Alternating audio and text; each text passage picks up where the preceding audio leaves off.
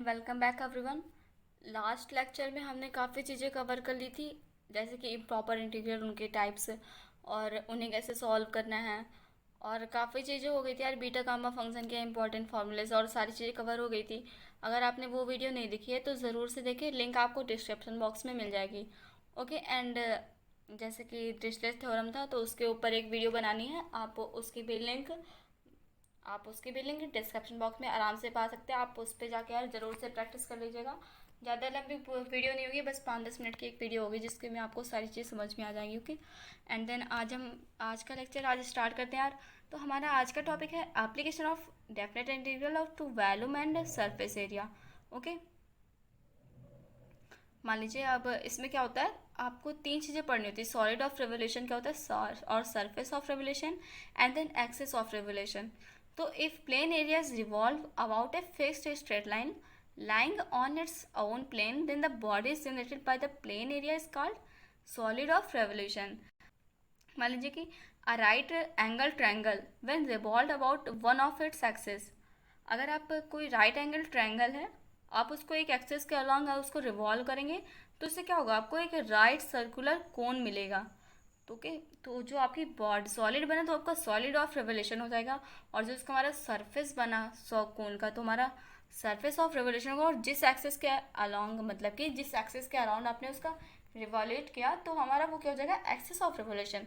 Okay, वही चीज़ें मैंने लिखी हुई हैं कि अगर if plane area is revolve about a fixed straight line on its own plane, then the body so generated by the plane area is called solid of revolution. Okay, and then हमारा surface of revolution क्या होगा, surface generated by the boundary of plane area is called surface of revolution. Okay, and now हम बात करते हैं axis of revolution की। तो that fixed line about which the plane area rotates is called the axis of revolution. Okay, आपको ये चीज़ें तीनों चीज़ें ऐसे समझ में आ गई होंगी यार, ये ऐसा मैं आशा करती हूँ।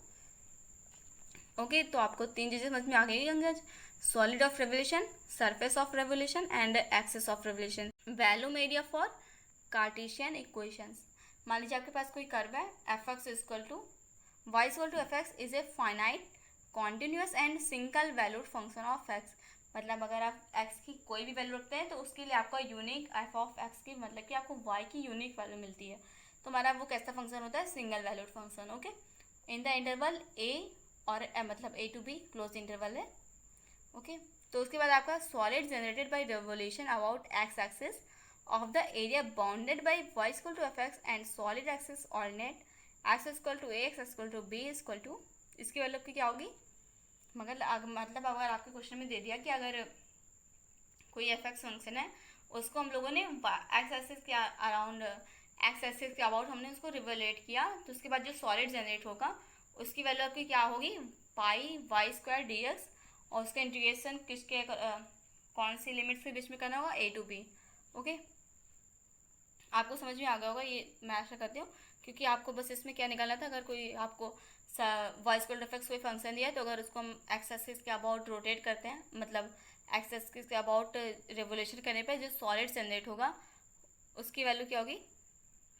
जैसे कि मान लीजिए इसका मतलब, जैसे कि आपके पास कोई कर्व है y equal to f x, उस पे से आप परपेंडिकुलर लाइन दो खींचेंगे, y x equal to zero. जो आपकी एक्स एक्सिस पे उस पर आपने लाइन खींची। ओके, जैसे कि आपने मान लीजिए यू शेप का बन गया कुछ, अब आप उसको एक्स एक्सिस के अराउंड रिवोल्यूशन कराएंगे, उसके बाद जो आपका सॉलिड जनरेट होगा उसकी वैल्यू आपकी क्या होगी, b to a pi y square t x. Okay, और अगर अगर आप इसको वाई एक्सिस के अबाउट करते हैं तो हमारी वाई इक्वल टू ए और मान लीजिए वाई इक्वल टू बी आपकी लिमिट्स हैं, मतलब कि इन दोनों के बीच में है, तो हमारा जो सॉलिड जनरेट होगा उसकी वैल्यू क्या होगी, पाई एक्स स्क्वायर डी एक्स, और इसकी लिमिट क्या होगी, ए टू बी। ओके, तो हम लोगों ने दो चीज़ें पढ़ ली, अगर solid generated by revolution about x axis of the area bounded by y equal to f x and solid axis and ordinate x equal to a x equal to b क्या होगा हमारा, a to b pi y square d x.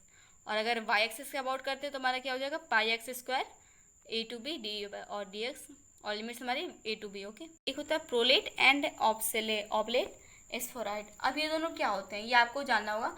The solid formed by the revolution of ellipse about the major axis. अगर आप किसी ellipse को उसके major axis के along about उसको रेवोल्यूट करते हैं तो आपको जो सॉलिड बनता है उसको हम क्या कहते हैं, प्रोलेट कहते हैं। अगर मेजर एक्सिस के अलोंग करते हैं तो आपको प्रोलेट स्फेरॉइड कहलाता है, और अगर माइनर एक्सिस के अलोंग करते हैं तो हमारा ऑब्लेट कहलाता है। ओके, इसको आप याद रखिएगा, आपको एज अ क्वेश्चन बेसिस पूछ सकता है कि अगर हम मान लीजिए कि अगर एलिप्स को हम रिवोल्यूट से मतलब आप उसको उसकी मेजर एक्सिस के अराउंड के आप उसको मेजर एक्सिस के अबाउट अगर आप उसको रेवोल्यूट करते हैं तो हमारा जो सॉलिड फॉर्म होगा तो हम उसको क्या कहते हैं। ऐसे आपको क्वेश्चन पूछ रहे हैं तो आपको क्या करना है, वो प्रोलेट होगा। तो मेजर एक्सिस के अबाउट करेंगे तो प्रोलेट होगा, एंड अगर माइनर एक्सिस के अलॉन्ग करते हैं तो हमारा ऑब्लेट होगा। ओके, नाउ अब हम आगे बढ़ते हैं। जैसे कि हमारा ये पास क्वेश्चन है, आप एक क्वेश्चन भी देख लीजिए, ज़रूरी है यार क्वेश्चन। जैसे हमारा दे दिया find the volume of the prolate. अब आपको पता ही नहीं है प्रोलेट होता क्या है, तो इसके लिए आपको ये दोनों पॉइंट्स जाना बहुत ज़रूरी है। आपको दे दिया ऐसे find the volume of the prolate spheroid generated by an ellipse whose major and minor axis are, आपको मेजर एंड माइनर एक्सिस से वैल्यू दिया। अब आप यहाँ पे क्या करेंगे, आप ये बताइए, आपको तो पता है नहीं कि ये प्रोलेट होता क्या है, तो प्रोलेट क्या होता है बताइए। आपको ऊपर देखिए मैंने बताया था प्रोलेट क्या होता है, अगर हम मेजर एक्सिस के अबाउट रोटेट करते हैं तो रिवोल्यूशन करते हैं उसका, तो ठीक है। तो हमारा क्या किसके अराउंड करना है, उसको किसके अबाउट करना है, मेजर एक्सिस के अबाउट। तो मेजर एक्सिस क्या होती है हमारे, बताइए। अगर अगर अगर आपके पास एलिप्स है x square by a square plus y square by b square equal to 1, तो इसके लिए हमारी मेजर एक्सिस एक्स एक्सिस होती है, वाई एक्सिस होती है हमारी। आप जानते हैं इसका एक्स एक्सिस होती है, तो हमारा मतलब कि इसको क्या हुआ, इसका मतलब कि हमारा जो y equal to f x function दिया है और उसकी बाउंड्री के बीच हमारा एरिया बन रहा है, उसको हमको एक्स एक्सिस के अलॉन्ग रिवोल्यूट कराना है। ओके, उसके बाद जो उसके रिवोल्यूशन से जो हमारा स्फेरॉइड बन रहा है उसकी वैल्यू हमें निकालनी है। तो उसकी वैल्यू आप क्या निकालेंगे, आप उसको दो पार्ट में डिवाइड कर सकते हैं। ओके, 2 इंटू आप क्या करेंगे, 0 टू ए ले लीजिए, और फिर आप देखेंगे बेसिकली सिमेट्री बनेगी ना यार। 2 into 0 to a pi y square d x, और इसकी वैल्यू आपको निकाल लेनी है यार। वाई स्क्वायर की वैल्यू आपको सिंपली मिल जाएगी b square by a square, और इंटू ब्रैकेट में a square minus x square d x. Then आपको सिंपली इसको मतलब कि आप इसको सॉल्व कर लेंगे।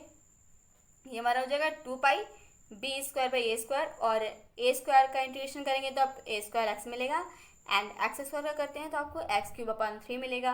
और बेसिकली आपको ए और 0 रख लेना है वैल्यूज, एंड जब इसको सॉल्व करेंगे तो आपको लास्ट में मिलेगी पाई स्क्वायर। तो मतलब इसका आंसर हमारा क्या आएगा, पाई स्क्वायर। तो इसके लिए आपको प्रोलेट एंड ऑब्लेट जानना ज़रूरी था, जो कि मैंने आपको बता दिया है। अगर आपको स्पीड तेज़ लग रही हो तो आप थोड़ा धीमे करके भी देख सकते हैं, तो आप उसको बार बार रिवाइज करते रहेंगे तो आपको, जैसे कि आप रील्स वगैरह कुछ भी देखते हैं यार, तो यार ये भी देख लीजिए, बहुत ज़रूरी है नहीं तो।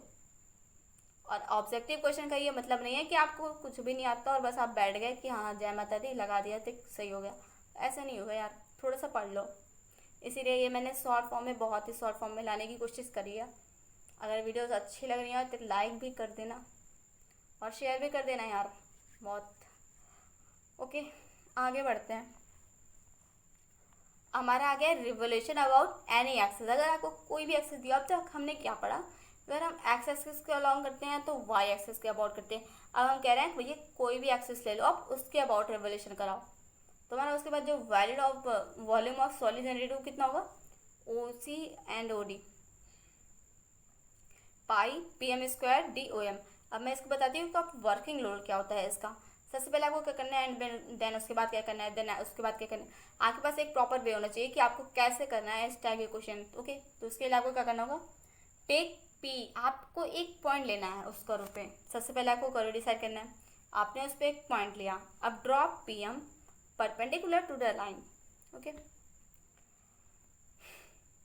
आपको एक परपेंडिकुलर ड्रॉ करना होगा उसके बाद उस एक्सेस पे। ओके, एंड देन फाइंड, आपको पी एम की वैल्यू फाइंड करनी होगी, और इस तरह आपको ओ एम की वैल्यू फाइंड कर लेनी है, एंड देन आपको डी ऑफ ओ एम, उसको बेसिकली आपको जो ओ एम की वैल्यू मिलेगी आपको उसको डिफ्रेंशिएट कर लेना है, एंड देन आपको फॉर्मूला अप्लाई कर लेना है, एंड देन आपको आंसर भी मिल जाएगा।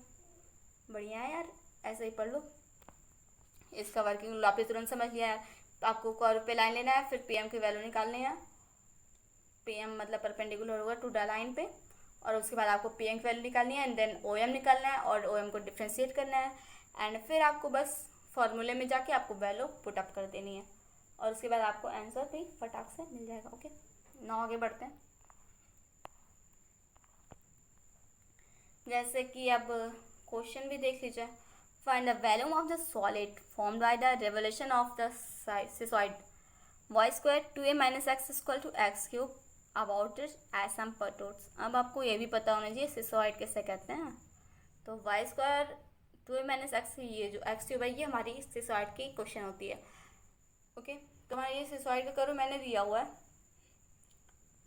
अब यहाँ से आपको वाई स्क्वायर की वैल्यू क्या मिली, x cube upon 2a minus x. Okay, इसका बेसिकली ये जो हमारा ये वन, तब आप यहाँ पे देख सकते हैं ओ हमने कोई पॉइंट लिया पी एक्स स्क्वायर और उसको हमने परपेंडिकुलर है जो हमने जिस हमको एसएम परोट्स के अराउंड निकालनी है ना, उसके अबाउट निकालनी है, तो हम परपेंडिकुलर भी वहीं पुटअप करेंगे। ओके, तो उसके बाद हमें ए एम की वैल्यू निकालनी है। ए एम की वैल्यू फाइंड आउट करके, ए एम की वैल्यू आपकी क्या है, वाई की वैल्यू है। बेसिकली आप देख तो रहे हैं यार, ए एम की वैल्यू क्या है आपकी,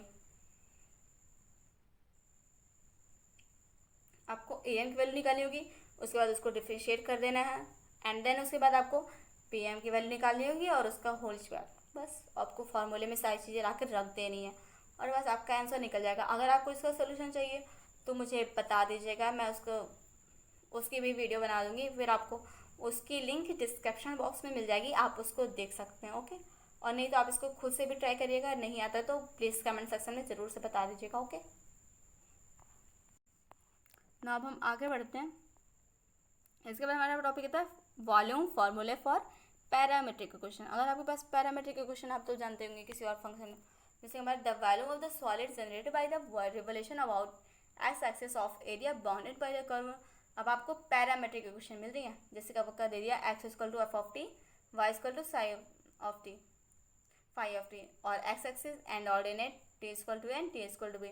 अगर आप इसके अराउंड निकालते हैं पैरामीट्रिक, क्या हो जाएगा इसकी value, pi square pi y square d x upon d t into d t. Okay, basically आप d x by d t की वैल्यू आराम से फाइंड आउट कर सकते हैं और फिर डी टी आपको ऐड करना है, वाई की वैल्यू रखनी है टी के टर्म में, सारी चीज़ें टी के टर्म में हो जाएंगी और उसके बाद a and b limit apply कर देनी है बस, और फिर आपको आंसर भी आराम से मिल जाएगा। यार बेसिकली बहुत आराम से चीज़ें हो रही हैं, अगर आप देखेंगे ना एक फ्लो में तो आपको सही चीज़ समझ में आएंगे कि कुछ ज़्यादा था ही नहीं यार, सिर्फ पढ़ने की कमी थी और कुछ भी ज़्यादा नहीं है। मैथ्स में बहुत ज़्यादा आसान है। ओके, पढ़ेंगे तो हमारा सेकंड जैसा आता है, अगर हम इसको वाई एक्सिस के अराउंड करते हैं तो हमारा क्या आ जाएगा, ये pi x square d y by d t into d d. जैसे कि आप देखिए अगर आप एक्सेस के अराउंड करते हैं तो पाई वाई स्क्वायर आता है, और अगर हम वाई एक्सिस के अराउंड करते हैं तो पाई एक्स स्क्वायर आता है। ओके, याद रखिएगा। फिर जैसे आपके पास ये क्वेश्चन आ गया, ये साइक्लॉइड हो गया, the find the value of, आप इसमें देखेंगे थीटा के टर्म में आ रहा है, तो बेसिकली ये क्या हो गया, पैरामीट्रिक क्वेश्चन दी है। बस यार बहुत आसान है, आप देख रहे हैं, आप अगर आप इसको पहली बार देखेंगे तो आपको लगेगा नहीं यार क्वेश्चन थोड़ा टफ है, बट आप देखिए, find the volume of the solid form the revolution of one arc of the cycloid x equal to a theta minus sine theta, और दूसरी हमारी क्या दी है, y equal to a one minus cos theta about its base. इसके base के around अगर आप रिवोल्यूशन करते हैं तो उसके बाद आपका जो वॉल्यूम फॉर्म होगा उसकी वैल्यू आपको निकालनी है, तो भी हमारा क्या हो जाएगा 2 क्योंकि ये सिमेट्रिकल होगा, 0 to pi pi y square और d x by theta into d theta. Okay, क्योंकि आप देखिए ये 0 टू पाई एक जाएगा और फिर पाई से 2 पाई जाएगा, तो हमारे दोनों चीज़ें सिमेट्रिकल हो रही, तब ना क्यों 0 टू पाई तक निकालें और फिर उसका इंटू कर दे 2 में। बस आपका आप देख ही सकते हैं कि अगर हम इसको 0 टू पाई कर दें और फिर पाई से 2 पाई कर दें, बस तो हम क्या करेंगे 0 टू पाई तक करेंगे और उसका 2 से मल्टीप्लाई कर देंगे यार, हो जाएगा आराम से। ओके, उसके बाद बस आपको ये वैल्यू रखनी है, इसके बाद इंटीग्रेशन आपको सॉल्व करना आना चाहिए यार। अब इसको आप खुद से ट्राई कर लेना। ओके, मैंने सारी चीज़ें बता दी, इसमें 2 पाई आ जाएगा और 0 टू पाई लिमिट हो गई, ए स्क्वायर 1 माइनस कॉस थीटा का होल स्क्वायर इंटू ए 1 माइनस कॉस थीटा। आप यहाँ पे देखेंगे आप 1 माइनस कॉस थीटा का होल क्यों हो जाएगा। आप इसको ना खुद सॉल्व करना और आंसर अगर हो सके तो बता देना मुझे भी, और फिर हम बता देंगे आपको मैच आपका सही है आंसर या नहीं है सही है। ओके, ना आगे बढ़ते हैं। अब हम बात करते हैं volume between two solids. The volume of the solid generated by the revolution about the x axis of the arc generated by the curve y equal to f x and y equal to phi x. आपको दो curve दिए हैं and ordinates दिए हैं, आपको उनके बीच का value निकालना है तो आप कैसे निकालेंगे, a tending to b pi y1² minus y2² dx। Okay, उसके बाद हमारे क्या हो जाएगा, y1 is the y of the upper curve and y2 that of the lower curve. Okay, मैं आपको बताती हूँ आगे। जैसे कि आपको देखिए आपके पास क्वेश्चन है, find the volume of the solid of revolution obtain by rotating the area included between the curve y² equal to x³ and x² equal to y³ about the x axis.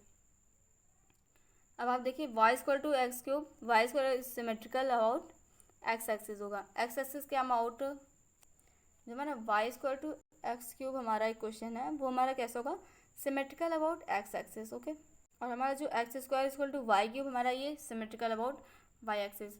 तो आप यहाँ पे देखिए required volume क्या होगा, पाई y1² जो हमारा अपर वाला है और जो हमारा y2 क्या है, अपर कर्व हमारा कौन सा है, ये सेकंड वाला।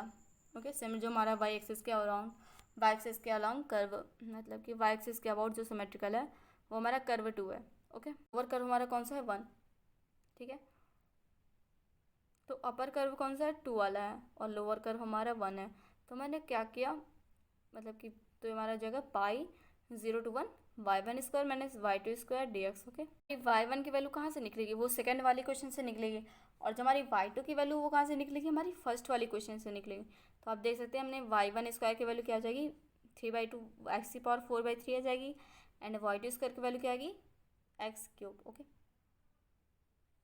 क्योंकि आप देखिए y² की वैल्यू आपको डायरेक्टली फर्स्ट क्वेश्चन में दी हुई है, बस आपको वैल्यू पुटअप कर दी थी एंड देन आपको इसको सॉल्व करके आंसर निकाल लेना है। अब यार ऐसे क्वेश्चन तो कोई एग्जाम में आ ही सकते हैं ना, ऑब्जेक्टिव टाइम में कितना टाइम लगेगा इसको सॉल्व करने में।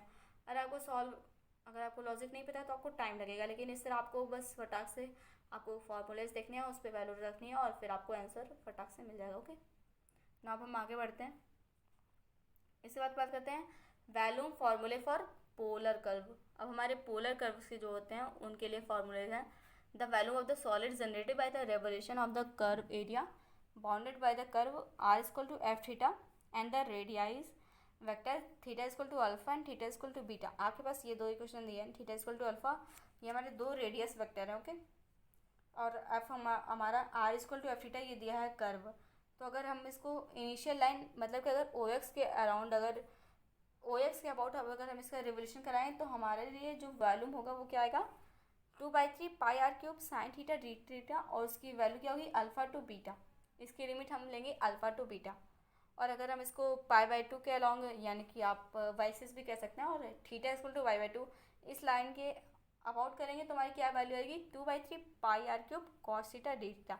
आपको याद रखना है, अगर इनिशियल वैल्यू के अगर अकॉर्डिंग करते हैं तो साइन थीटा आएगा, और अगर थीटा इक्वल टू π/2 के करते हैं तो 2/3 आएगा। और अगर अबाउट लाइन, मतलब कोई भी लाइन हो, थीटा इक्वल टू मान लीजिए गामा हो, तो उसके अराउंड क्या होगा, sine into theta minus pi. Okay, basically आपको ये याद रखना है, थीटा माइनस पाई। अब आप यहाँ पे थीटा की वैल्यू 0 रख देंगे तो वो साइन थीटा आ जाएगा, एंड थीटा की वैल्यू आपको अगर आप गामा की वैल्यू π/2 रख देते हो तो हमारा क्या जाएगा, कॉस थीटा। ओके, ना हम आगे बढ़ते हैं। जैसे कि क्वेश्चन है आपके पास, ये आपको दी हुई है क्वेश्चन, आप इसको सॉल्व करके ट्राई कर सकते हैं।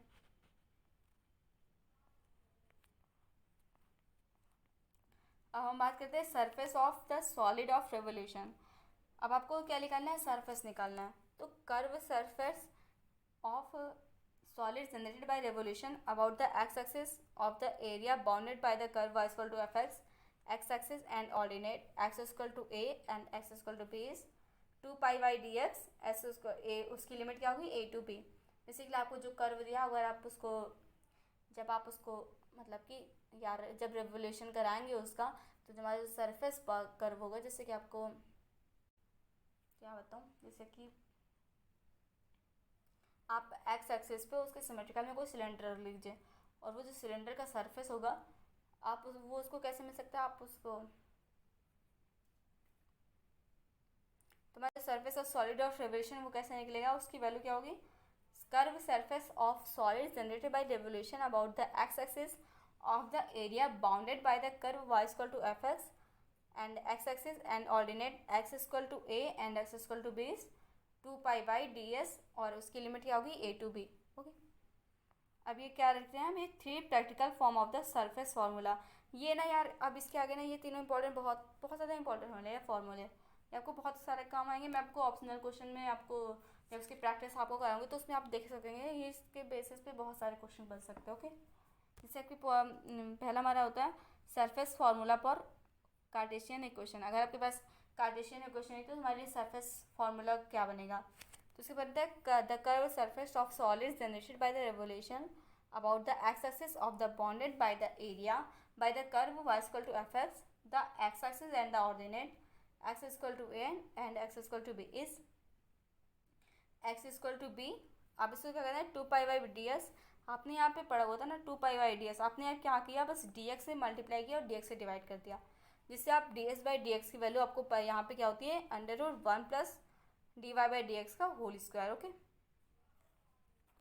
आप यहाँ से ds की वैल्यू ये होती है। ओके, ऐसे यहाँ पे आप ds की वैल्यू हर में आपको सब चीज़ें वही सेम रहेंगी, बस आपको यहाँ पे ds की वैल्यू चेंज होती मिलती जाएगी। ओके, अगर आप पैरामीट्रिक क्वेश्चन लेते हैं तो आपकी ds की वैल्यू क्या हो जाएगी, dx/dt का होल स्क्वायर प्लस dy/dt का होल स्क्वायर। ओके, और इसी तरह अगर आप पोलर इक्वेशन लेते हैं तो आपकी ds/थीटा की वैल्यू आपको निकलेगी, तो क्या हो जाएगा वो r² प्लस dr/dr थीटा का होल स्क्वायर।